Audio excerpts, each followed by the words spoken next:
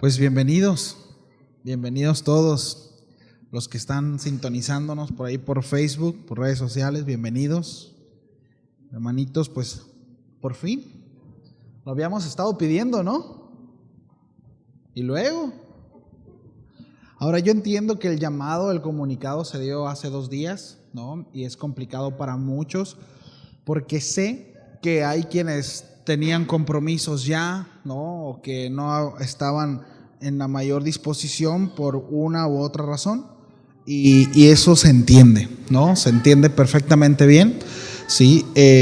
Y bueno, pero hay quienes a lo mejor lo estuvimos orando, ¿verdad? Lo estuvimos pidiendo y podemos estar, ¿verdad? Y Dios nos dio la oportunidad de poder estar y bueno, pues estamos contentos por eso, ¿sí? Yo espero que cada semana se nos agreguen más hermanos y que haya esa disposición en el corazón para estarse reuniendo. Esta tarde, esta noche, aunque no me lo crea, lo sospeché desde un principio que íbamos a hacer poquitos, ¿no? Pero sé que muchos otros estaban conectados. Ahorita, hace ratito había pues como unos 12, ¿no? 13 conectados ahí de la congregación. Y bueno, yo quiero hablarles, quiero tomar esta tarde, esta noche para hablarles acerca de la importancia de la congregación, ¿sí? Del congregarse. Y de verdad, porque quiero hacerles una pregunta: ¿cuántos estábamos cómodos con las reuniones de Zoom? Yo también. O sea, había comodidad en ese sentido, ¿sí? Y ahorita les voy a platicar más o menos cómo ha estado todo este asunto, ¿no? Miren, hace muchos años, ya tenía como unos 16 años, más o menos, no hace tanto, hace unos cuantos añitos. Nosotros servíamos para un ejido al sur, una iglesia allá. Y era muy común que fueran misioneros, porque aun cuando se tenía ya había una congregación establecida, como que se manejaba mucho como misión por el movimiento o por cómo se rotaba la gente. Es un lugar en donde se trabaja la pizca y es mucha gente de fuera. Entonces normalmente es por temporadas, ¿no? Había una temporada en donde la iglesia se llenaba, se hacía un grupito y de repente pues ese grupito se terminaba su contrato, se iban y de repente otra vez, ¿no? Era ir a hacer trabajo de campo, ¿no? Trabajar con esa gente, se empezaba a congregar, ¿sí? De nuevo la misma operación, hasta que ya mucho tiempo después ese lugar que se llama Melitón Albáñez, pues ya se estableció, ¿no? Ya hay comercio ahí. Muchos de los que llegaron de fuera se quedaron, compraron sus terrenos, pusieron incluso sus propios negocios, sus propias empresitas y ya están radicando en ese lugar, ¿no? Y gracias a Dios ha crecido y la iglesia permanece ahí, los pastores están ahí aún, ¿no? Pero era muy común, más antes, todavía más común, no sé ahora, pero que vinieran muchos misioneros, ¿no? Muchos hermanos de fuera. Por la iglesia en que nosotros estábamos enlazados o cubiertos, por así decirlo, ellos tenían contacto con una iglesia en Redding, en California, y era muy común que vinieran misioneros. Y yo recuerdo mucho a un chavo que vino nada más, creo que un par de semanas. Lo vi en la iglesia aquí en La Paz y fue un fin de semana para allá y tuve la oportunidad de platicar con él, ¿no? Y él me decía lo padre que era ser misionero, el haber tenido unos 23 años, ¿no? Él, no recuerdo exactamente de dónde era, venía pues, de Redding, pero sé que era otro lugar, no era gringo.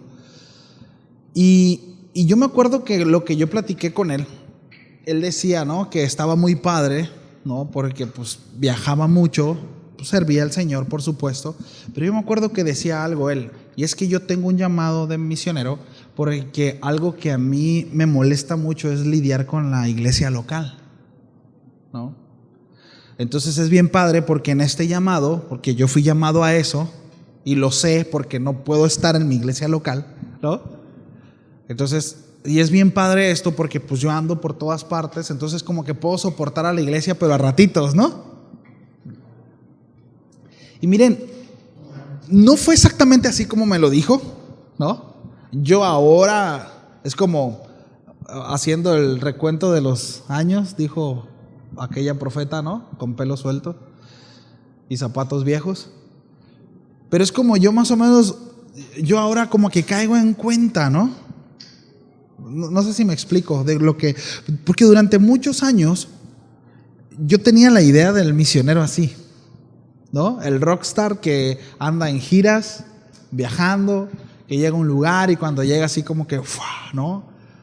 Tarima free, ¿no? Tarima libre, nadie sabe de dónde vienes, qué haces, qué no haces, cómo te portas, si te portas, no te portas. Esa era la idea, es la idea que yo tenía, ¿no? En aquel entonces de los misioneros. No estoy diciendo que los misioneros o todos los misioneros que llegaban a nuestra iglesia eran así, no estoy diciendo eso, es la idea que yo tenía.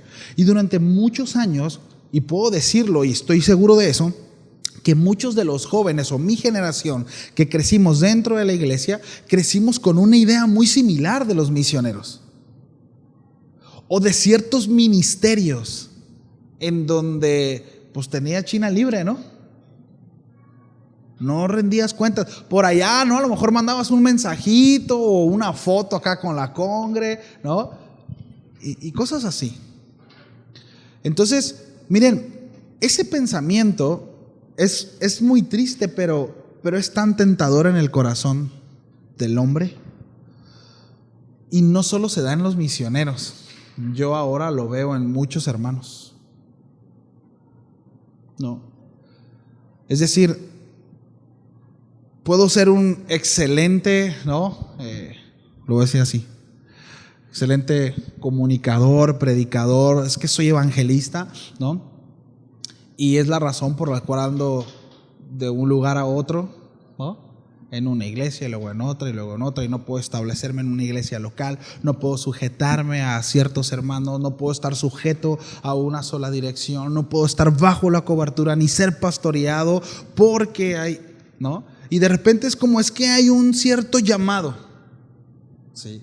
Bueno, el asunto, mis hermanos, es que Dios no nos lleva a eso, ¿sabe? Armonía. Armonía. Esta palabra armonía tiene que ver con unánimes, ¿sí? Es decir, en un mismo sentir, ¿sí? Hacia una misma dirección. Por eso es tan importante. Yo les decía, ¿cuál es la razón por la cual estamos en esta reunión? ¿No? Yo les decía, es tan importante que nosotros entendamos, ¿verdad? Que nosotros estamos en esta reunión y hemos retomado esta reunión porque creemos que Dios lo quiere así. Entonces tenemos que estar todos unánimes y de acuerdo en que el propósito de esta reunión es precisamente cumplir el propósito del Señor. Sí. Para Él es bueno y para Él es agradable. ¿Y para usted y para mí? ¿Qué tal?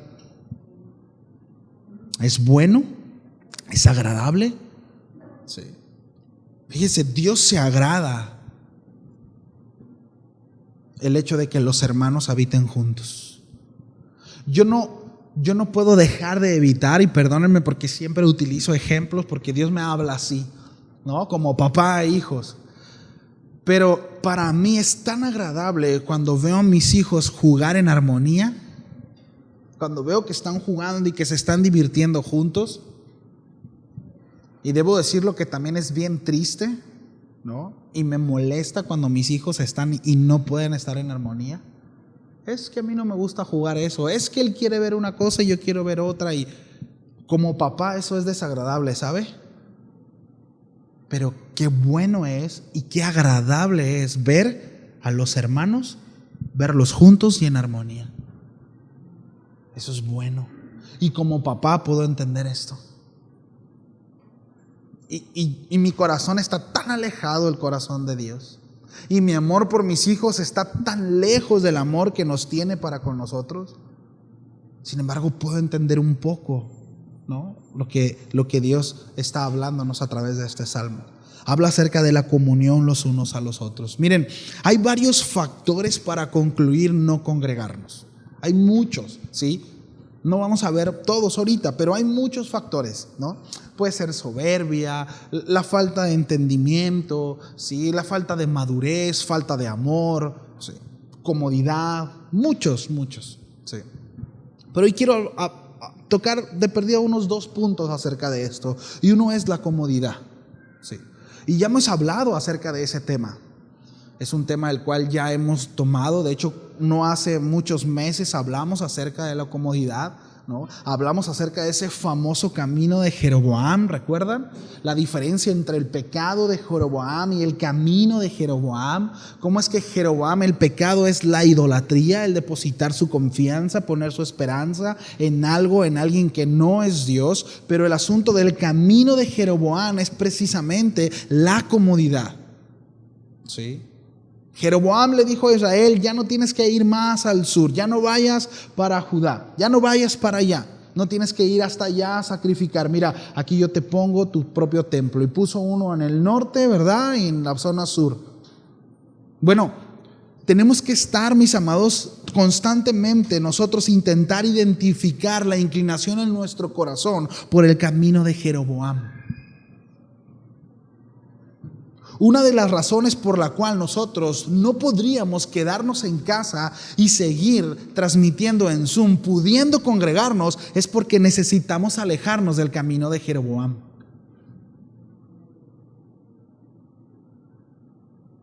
Y eso empieza por mí, empieza por nosotros.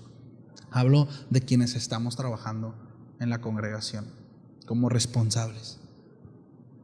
Porque es muy tentador el camino de Jeroboam. Porque tiene muchas implicaciones. Y miren, lo hemos estado hablando. Nos sentamos el domingo los 3 y es como, ¿entonces qué? ¿No? Sí nos reunimos. Porque no vamos a venderle la idea de que nosotros, así como que no, nosotros no somos tentados a eso. No vamos a venderles esa idea, es una realidad. Sí. Pero el deseo de nuestro corazón es obedecer a Dios. El deseo de nuestro corazón es agradarle a Él. Y es algo que nosotros queremos invitarlos a que hagan también. Animarles a ustedes a que hagan eso. Porque en primera instancia, mis amados, para nosotros poder renunciar a algo, primero tenemos que reconocerlo. Y si yo no reconozco que mi corazón puede ser tentado en este camino de la comodidad, jamás voy a proceder al arrepentimiento. Primero en mi corazón debe haber la convicción de que ciertamente puede haber una tentación hacia ello. Y tengo que alejarme de eso. Tengo que correr de eso. Tengo que renunciar a eso. Sí. La comodidad es uno de los factores para concluir no congregarme. Sí. Repito, hay muchos otros. La historia de Jeroboam la encontramos en 1 Reyes, capítulo 13. No vamos a ir para allá. Nada más para que lo tengan como referencia. Lean la historia de Jeroboam. Si pueden, lean.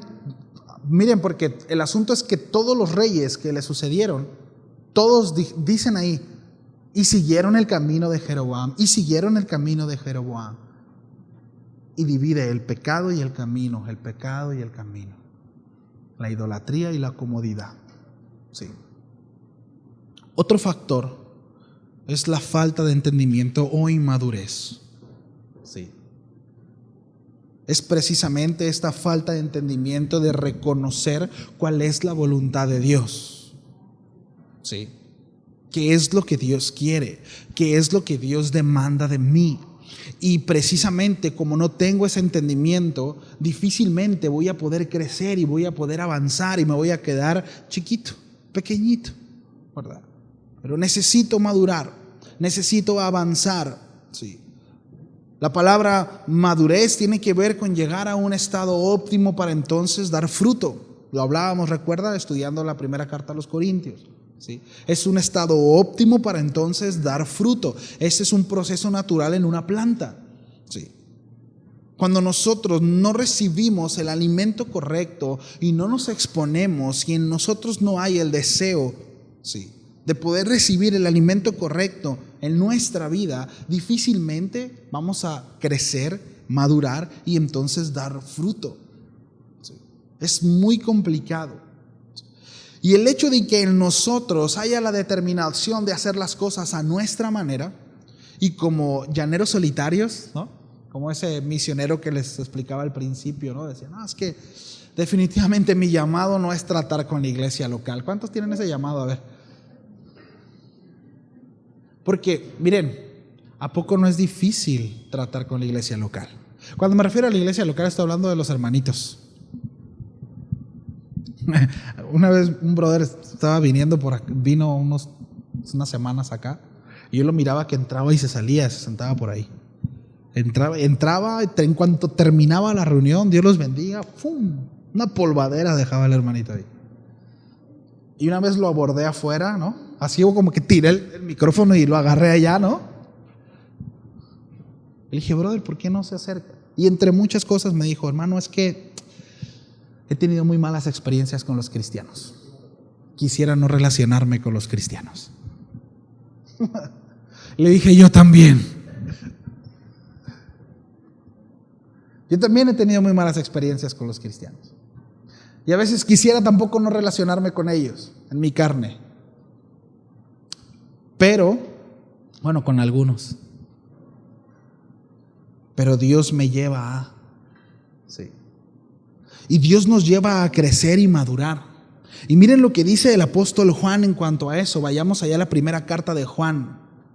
Algunos hermanitos sí los amo, ¿eh? No vayan a decir que pastor no ama a los cristianos. Primera de Juan, capítulo 1, versículos 6 y 7. Pero miren lo que dice el apóstol Juan. El apóstol Juan es muy agudo en cuanto a eso, en cuanto a la relación con los hermanos. Dice, si decimos, diga conmigo, si decimos. Yo digo, si yo digo, yo tengo comunión con Dios, tenemos comunión con Él, está hablando de Dios, de Jesús, pero andamos en tinieblas, mentimos y no practicamos la verdad. Es decir, si yo digo, no, yo tengo relación con Dios, yo soy creyente, yo soy cristiano, ¿verdad? Yo he nacido de nuevo, pero ando en pecado. Bueno, el apóstol Juan dice,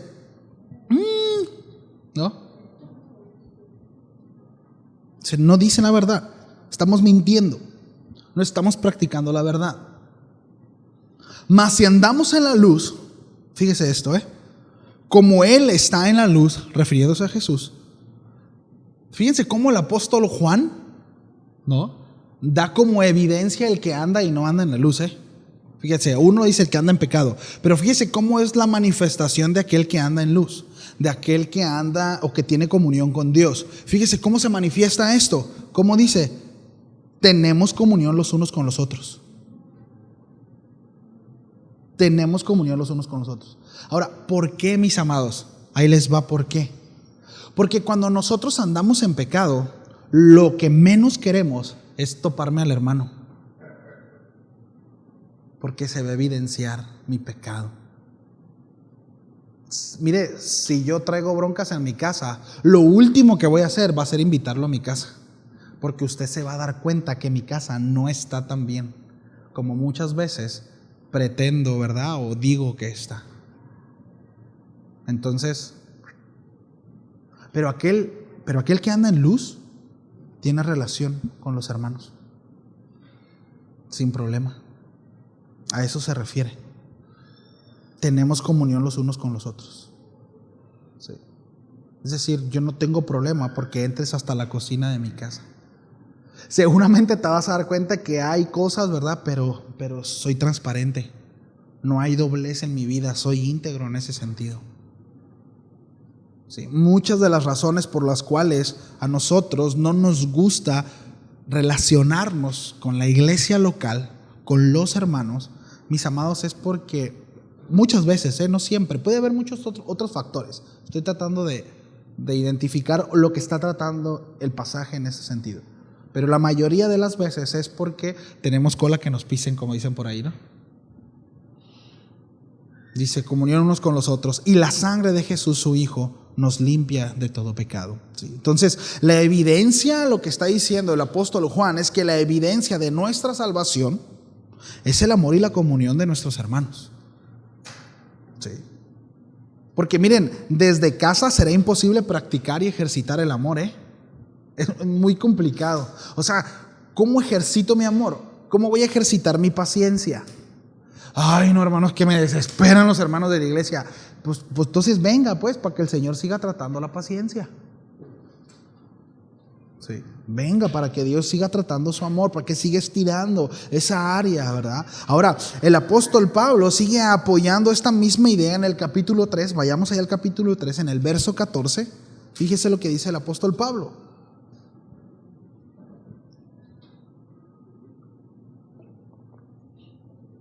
Dice: nosotros sabemos que hemos pasado de muerte a vida porque amamos a los hermanos. De nuevo, reforzando esta misma idea. Dice: el que no ama permanece en muerte. Sí. Permanece en muerte. Una de las razones por las cuales no quisiera congregarme, ¿verdad? Dijimos, puede ser la comodidad, y otra, la falta de madurez, de entendimiento, sí, y la falta de amor. Sí, la falta de amor. Primera de Juan 3:14. Fue el pasaje que leímos ahorita. Entonces, de nuevo, la idea es que la evidencia de la salvación es el amor a los hermanos, ¿sí? Miren, el apóstol Juan, la mayoría de nosotros sabemos, fue el apóstol más longevo. De hecho, él murió de ancianito, ¿sí? Él fue el último. A él le tocó ver una transición en cuanto a la iglesia, ¿no? Ver cómo se crecían algunos movimientos aún dentro del cristianismo, o cómo la idea, las enseñanzas de Jesús se fueron mezclando con algunas otras ideas por ahí, filosofías, y de repente surgieron un montón, ¿verdad?, de cosas por ahí que se estaban metiendo dentro de la iglesia. Sobre todo la influencia tan fuerte que estaba teniendo la iglesia con el gnosticismo, ¿sí? Y el gnóstico aseguraba que la evidencia de la conexión superior, ¿sí?, es decir, con ese ser en lo alto, ¿sí?, con el ser supremo, era la satisfacción que experimentaban en sí mismos, ¿sí? Es decir, ¿no?, esos placeres momentáneos para ellos eran cierta evidencia de que estaban teniendo conexión en lo alto, ¿sí? Ahora, el asunto es que ellos no tomaban en cuenta, ¿sí?, sus actos, pues ellos hacían ciertas prácticas místicas que llevaban a cabo para elevar su alma, y ellos decían: es que el cuerpo no sirve, el cuerpo aquí se queda. Entonces, como el cuerpo no sirve, ¿sí?, el cuerpo nada más servía para hacer ciertas conexiones y para poder sentir ciertas cosas y decir: mira, yo disfruto mucho, entonces estoy en contacto con el Ser Supremo. Pero no le tomaban en cuenta sus actos, es decir, lo que hacían o dejaba de ser. Mientras ellos llevaban a cabo ciertos rituales místicos, ¿verdad?, ciertas meditaciones y traían sus rollos, por supuesto, ¿sí?, para ellos esto era suficiente para trascender. Algunos, no todos, porque hay muchas líneas acerca del gnosticismo, pero algunos creían en la reencarnación, ¿sí? Estos sí enfocaban mucho obras para poder reencarnar en algo mejorcito, ¿verdad?, en algún animal no tan chafa, según su concepción, ¿verdad? Y otros decían: es que después de esto simplemente nosotros somos un suspiro en el aire, ¿no? Y lo único que puede trascender es nuestra mente, el conocimiento que nosotros estamos aportando a quienes nos rodean. Y enfocaban el asunto en la mente, pero la mayoría de ellos, ¿sí?, no tomaban en cuenta sus actos. Es decir, si eran pedantes, groseros, sangrones, eso para ellos no tenía nada que ver. ¿Por qué digo esto, mis amados? Porque Dios dice todo lo contrario. Dios dice: si tú dices que tienes contacto o comunión con el Ser Supremo, o sea, conmigo, vas a amar a tu prójimo. Por eso es que Juan enfatiza muchísimo en ese sentido. Porque había quienes decían: no, pues yo ya me sé 2, 3, ¿no?, enseñanzas de Jesús, ¿no? Y ya me leí como 3 veces las cartas del apóstol Pablo, pero mi actitud para con mi prójimo no era bueno. Y el apóstol Juan dice: no se confundan, ¿sí? Nosotros no somos gnósticos, pues. Nosotros no somos como el mundo. La evidencia de que tienes comunión con Dios es que amas a tus hermanos. Ese es el asunto, ¿sí? Pero para nosotros amar a nuestros hermanos y practicar el amor, que ahorita lo vamos a ver más adelante, sí o sí necesitamos tener comunión con Él. Miren, yo puedo decir, ay, amo a los hermanos de África, ¿verdad? Y es que los amo. Y está bien, o sea, sí puede haber cierto afecto, ¿no? Pero jamás los vas a amar más que con la gente con la que estás conviviendo día a día. ¿Me explico? Es imposible. La gente que más amamos es a la gente que más cerca tenemos, ¿no? Entonces, y si no amas a la gente que tienes cerca, pues vas a ser bien miserable, ¿no? Que Dios te ayude. Pero normalmente, entre más cerca tenemos a la gente, más la amamos, ¿sí? O decidimos amarla. Entonces, Hebreos, acompáñame por favor, allá a Hebreos 10, versículo 23. Nos anima, mis amados, a mantener nuestro llamado a través del ejercicio de la perseverancia, del animarnos los unos a los otros y a la constancia en la congregación. Fíjense, Hebreos 10, 23, del 23 al 25.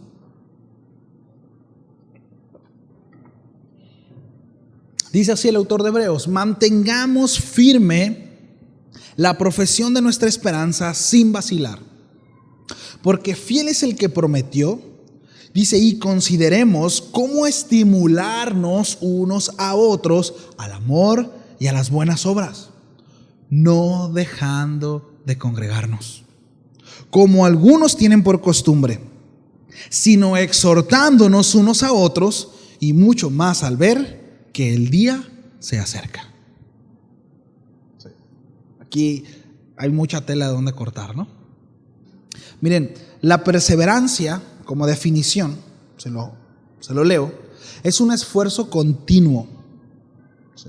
Esta supone alcanzar lo que se propone y buscar soluciones a las dificultades que se pueden surgir. Es un valor fundamental en la vida para obtener un resultado concreto. Sí.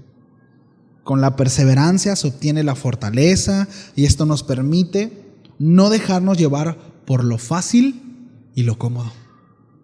Fíjense, la virtud de la perseverancia nos lleva precisamente a mantenernos firmes y no caer, ¿verdad? No dejarnos llevar por lo fácil y lo cómodo. Sí. Por definición, mis amados, hablar acerca de la perseverancia es algo totalmente contrario, ¿no?, a la filosofía del mundo. Miren, es totalmente contrario al impulso en la carne. Sí. Siempre la carne, y el mundo lo sabe, buscará lo fácil. Siempre. Si yo puedo evitarme la fatiga, ¿quién decía eso? Jaimito, ¿no? Si yo puedo evitarme la fatiga de llegar de aquí a algún lado y lo puedo hacer de una manera más fácil y más rápido, buscaré ese método, sí o sí. ¿No? Es una constante tentación. El asunto, y ya lo hemos platicado en otras ocasiones, ¿verdad?, es que con Dios las cosas no funcionan así. Sí, para Dios es importante ciertos procesos. Entonces, la palabra de Dios nos exhorta, mis amados, a ser perseverantes en el camino del Señor. Sí. Jesús dijo, ¿no?, allá en Juan 15:5, el que permanece en mí y yo en él, este llevará mucho fruto. Sí. La permanencia, permanecer, estar ahí. Sí. Entonces dice, mantengámonos firmes, la profesión de nuestra esperanza sin vacilar, sin fluctuar, dice, ¿no?, Valera 60. Entonces, Hebreos, cuando nos dice o habla de sin fluctuar la profesión de nuestra esperanza, se refiere a mantenernos inamovibles, mis amados, a nuestro llamado de salvación. Ahora, si nosotros estudiamos un poquito el contexto de Hebreo, es que le habla a una generación que le están pegando una corretiza, que están siendo afligidos, ¿sí?, están siendo perseguidos. Y la intención del libro de Hebreos, la carta a los Hebreos, perdón, es precisamente animarlos en medio de la persecución. Y es que ellos puedan ver que las promesas del Señor en Cristo Jesús se han cumplido. Que tenemos al sumo sacerdote, ¿sí?, que se presentó como sacrificio y que fue acepto. Y que ahora nosotros tenemos acceso hasta el lugar santísimo precisamente por la obra de Él. Entonces el autor de Hebreos dice: manténganse firme, porque la victoria ya la tenemos. Es cuestión de mantenerse ahí. Y anímense. Fíjense lo que dice, ¿no? Dice: sin fluctuar, sin vacilar. Cuando habla acerca de la profesión de nuestra esperanza, está hablando de ese llamado de salvación. Manténganse ahí, sin fluctuar. Sí. Sin vacilar. Esta palabra significa eso: sin fluctuar, sin vacilar, sin cambiar de opinión. Es que un día sí, es que un día otro no. Y es que ahora sí, ahora con todo, y al otro no, ¿verdad? Entonces la idea es mantenerse firme al llamado y a la obra de Dios. Ahora, más adelante el autor de Hebreos le dice, ¿no? Exclama la recompensa, porque es fiel el que prometió. Es decir, está asegurada la recompensa. Manténganse, no se rindan. Yo sé que están duros los catorrazos. Yo sé que es difícil, yo sé que es duro, pero si tú determinas en tu corazón mantenerte firme, vas a obtener la recompensa. Eso es lo que está diciendo el autor de Hebreos. Por cuanto Él es digno de confianza, dice, porque Él es fiel. El que prometió es fiel. Él es digno de confianza, es digno de que su palabra no la tomemos en poco. Cada una de sus promesas, mis amados, que salen de la boca del Señor se han de cumplir. Si me permiten decirlo, ¿no? Me imagino al autor de Hebreos diciendo a estos muchos que habían perdido a sus familias, a sus hijos, a sus hijas, a sus esposos, ¿verdad? O esposas: no se desanimen, porque es fiel el que prometió. No se desanimen. Ahora, el asunto es, repito, todo el contexto que el autor de Hebreos le está diciendo, ¿no? Vean la obra de Cristo, vean su gloria y comprueben a través de su obra su fidelidad. Si alguno duda de la fidelidad de Dios, es cuestión de que volteemos a ver la cruz, y ahí está impresa la fidelidad del Señor. Es que, Señor, ¿verdad? ¿Me vas a dejar solo? Si fue capaz de dar a su Hijo, si fue capaz de dar lo que más amaba, ¿cómo te va a dejar solo? ¿No? Porque somos tentados a eso, ¿no? Me viene a la mente el pueblo de Israel, ¿no? En el desierto. ¿Para esto nos sacó el Señor? No, para que muramos aquí en el desierto.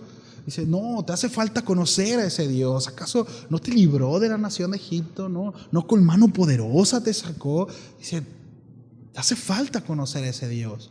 Bueno, para que lo conozcas, pues vas a pasar unos 40 años más en el desierto. Para que puedas experimentar la fidelidad de Dios.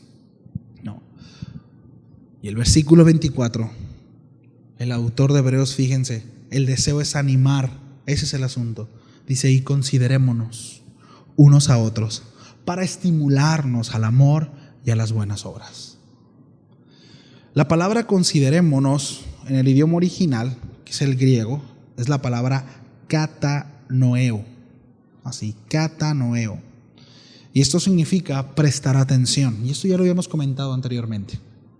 Porque cuando nosotros leemos a primera instancia, podríamos interpretar que el autor de Hebreo nos está pidiendo consideración, ¿no? De, ay, pobrecito, consideremos, ¿no? Considera al hermano, cosita, mira, pobrecito, vamos a ayudar. Miren, sí hay que ayudar, ¿verdad? Pero no está hablando de eso. Sí, lo que está hablando es presta atención.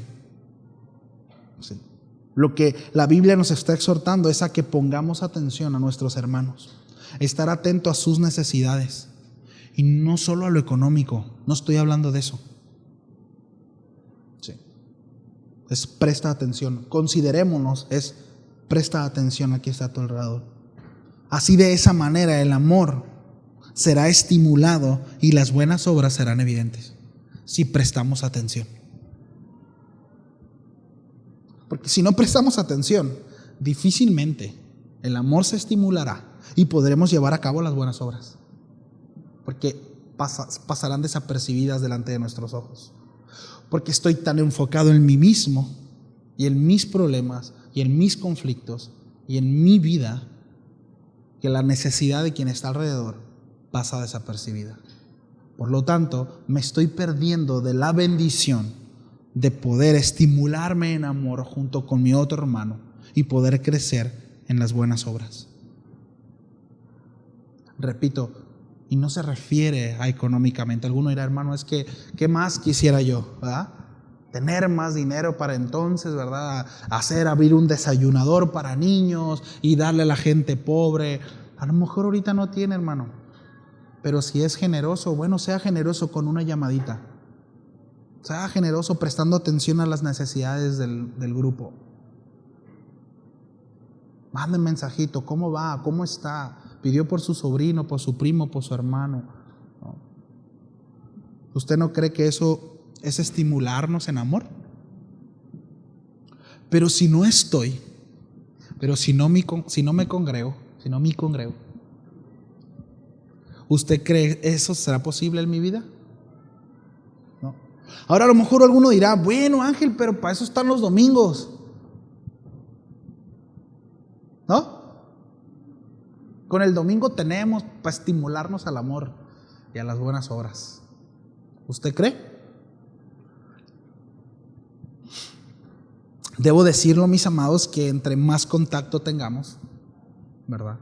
Y entre más prestemos atención, por supuesto que nos daremos cuenta y tendremos la oportunidad de poder experimentar lo que Dios quiere que experimentemos como familia, como cuerpo en Cristo, unánimes. Como decía el salmista, qué bueno y agradable es ver a los hermanos unánimes. Bueno y agradable, delicioso, dice Valera 60. Pero si no hay esa actitud en mi corazón, difícilmente, ¿verdad? Difícilmente podremos experimentar eso. Y el versículo 25 amarra precisamente la idea que estamos hablando. Dice, no dejando de congregarnos. Porque si dejamos de congregarnos, entonces no podremos estimularnos en amor y las buenas obras. No dejamos acostumbrarnos. Como algunos tienen por costumbres, algunos. Diga conmigo, algunos. Los que no vino ni uno de esos aquí, ¿verdad? Algunos tienen por costumbre. Miren, seguramente esto lo decía porque había quienes por diferentes pretextos, y creo que tenían buenos pretextos considerando el contexto de ellos, ¿verdad? Pues su constancia en la congregación no era buena. O sea, a lo mejor dice, brother, es que ahí hay, no sé, ¿no? De camino de mi casa a la congregación, pues es donde fusilan a los cristianos, ¿no? Entonces, o voy a la iglesia o me fusilan, no sé, ¿no? Digo, allá en aquel entonces no fusilaban, ¿no? No sé, seguramente, miren, la vez pasada en una sobremesa hablábamos acerca de cómo la iglesia en diferentes tiempos tiene diferentes pruebas, ¿no?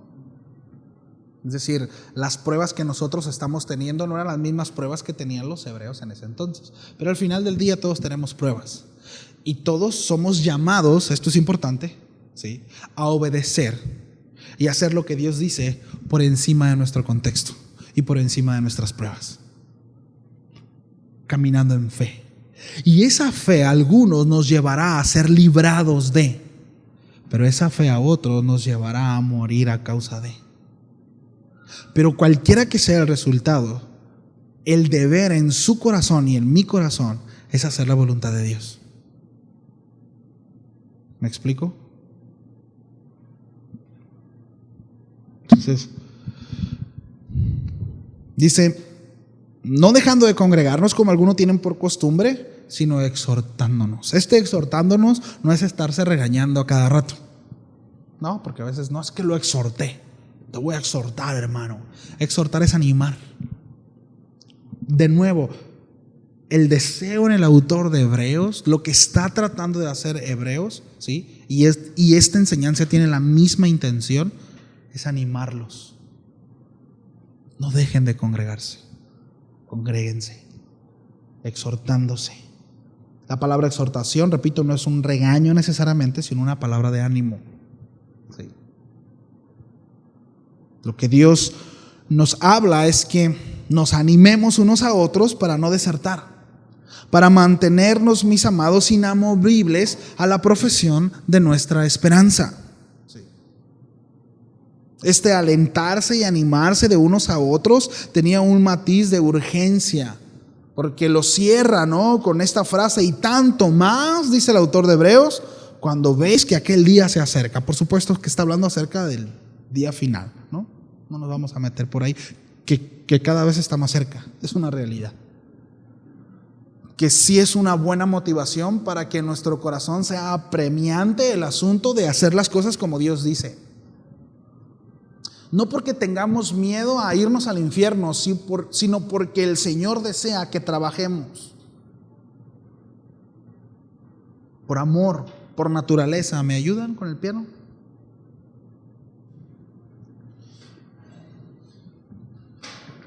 Última razón, ¿por qué sí congregarse?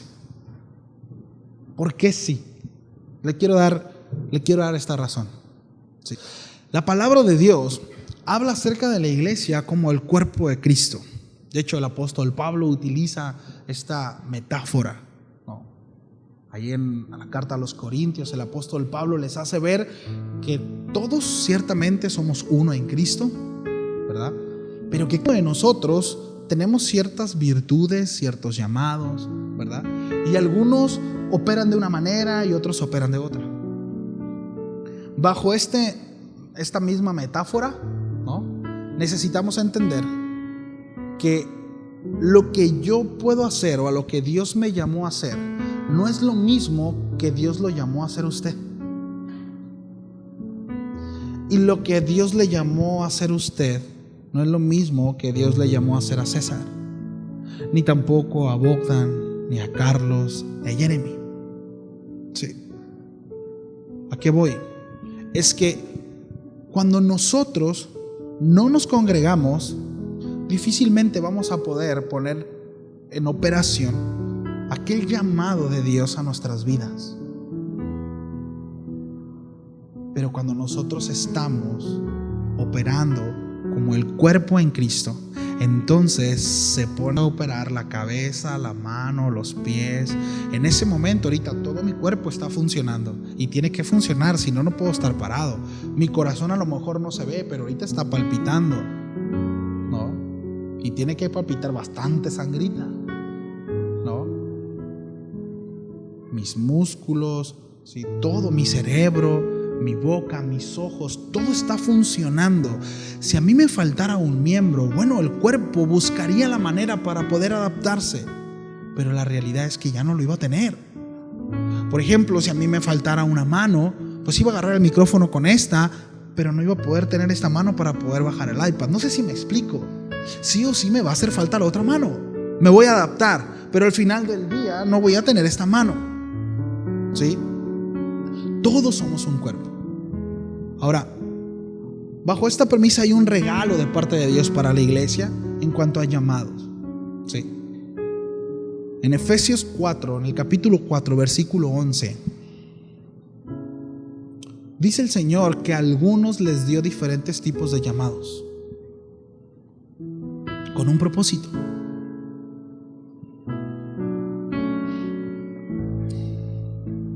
Dice así: y Él, es decir, el Señor, Él dio a algunos el ser apóstoles,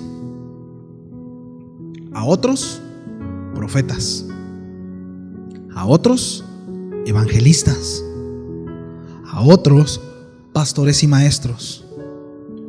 Y tiene un propósito, mis amados, a fin de capacitar a los santos para la obra del ministerio, para la edificación del cuerpo de Cristo. ¿Hasta cuándo? Hasta que todos lleguemos a la unidad de la fe y de la medida de la estatura de la plenitud de Cristo. ¿Por qué sí debemos de congregarnos? Porque todos tenemos un llamado. Porque aquí en esta congregación, lo creo, puede haber por ahí algún profeta, evangelistas, apóstoles en el sentido de la palabra, no en la etimología de la palabra, es decir, algún enviado. Sí. Pastores, maestros, los hay. Pero les digo algo, es complicado operar cada uno de estos ministerios desde casa, a través de la cómoda y bendecida plataforma Zoom. Y muchas veces nos perdemos de muchas bendiciones que tal vez nosotros podemos estar degustando de usted y no la estamos disfrutando como iglesia, lo digo, porque tal vez usted no ha determinado en su corazón ser constante y mantenerse firme. Ahora, cada uno de nosotros daremos respuesta a Dios.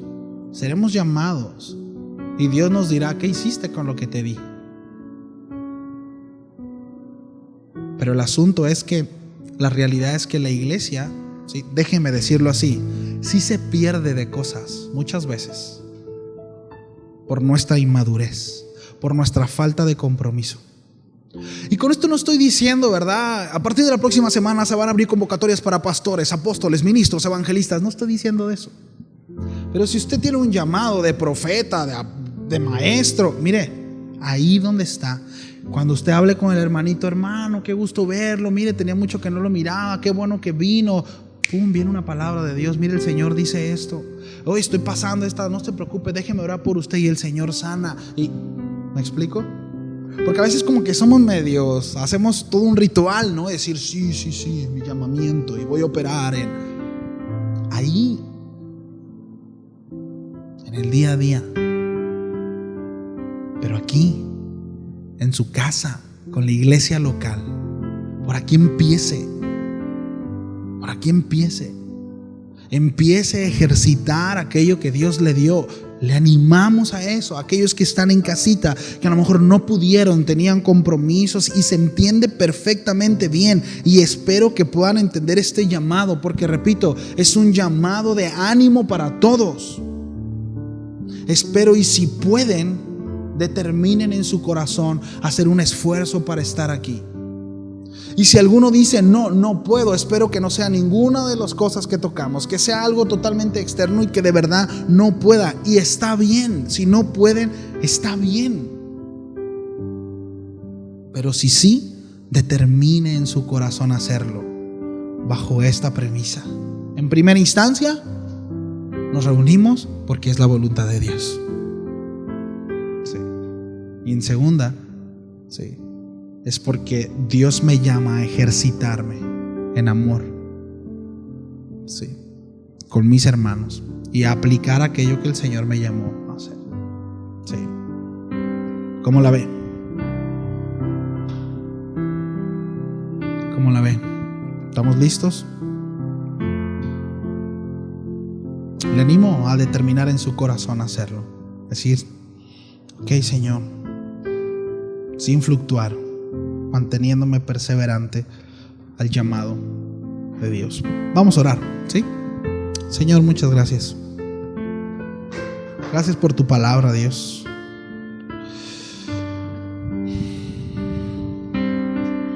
Ayúdanos. Gracias. Hay tantos beneficios, Señor, en congregarnos. A veces no los vemos, Señor, y nos cuesta trabajo. Ayúdanos. Que nosotros de verdad, Señor, de verdad, que sea genuino el hecho de decir: wow, mirad cuán bueno y cuán agradable es que juntos como hermanos podamos habitar en armonía. Que sea deseable en nuestro corazón. Que sea un deseo genuino en nuestro corazón.